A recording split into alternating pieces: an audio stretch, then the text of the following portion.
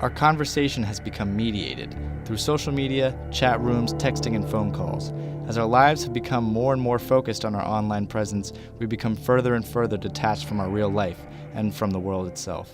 We sit behind our laptops and phones, gazing at fun others are having in the pictures they've uploaded, while chatting over text with multiple people, keeping constant watch over what our friends are doing. But deep down, this does not feed our inherent need for face-to-face social interaction. We consume and produce, feeding the system that powers our networks and our online social lives, while hardly realizing how far detached we've become from the real world. How many Americans can say that they know where the apples sitting on their counter came from, or what exactly that fast food burger or frozen dinner is made out of? How many people in this country can say that they really know what's happening in other parts of the world, or even in their own government, outside of what they're fed by the controlled programming on television? How many people know where their trash is going, or the toll that the electronics are taking on the planet? We are in a downward spiral, and we're destined to fail if something does not change. Our planet is not meant to be abused the way it currently is. It is a living, breathing thing, and it is dying. Every successive year is the hottest year in history.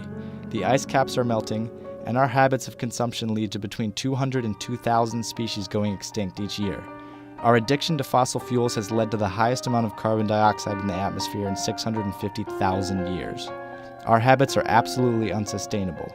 In fact, in the last 50 years alone, the world population has more than doubled.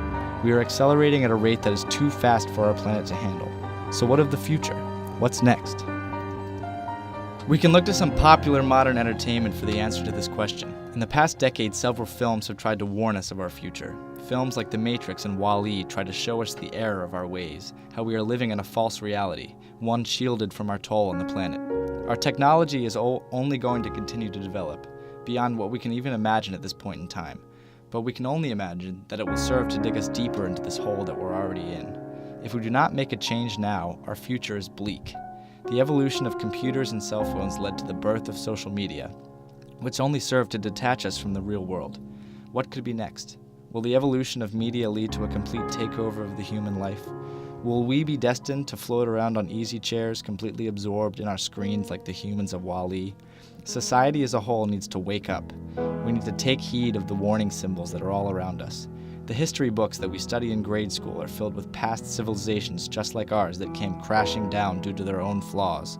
How can we think that just because we've grown to the point of being able to produce smart technology, that we cannot suffer the same fate?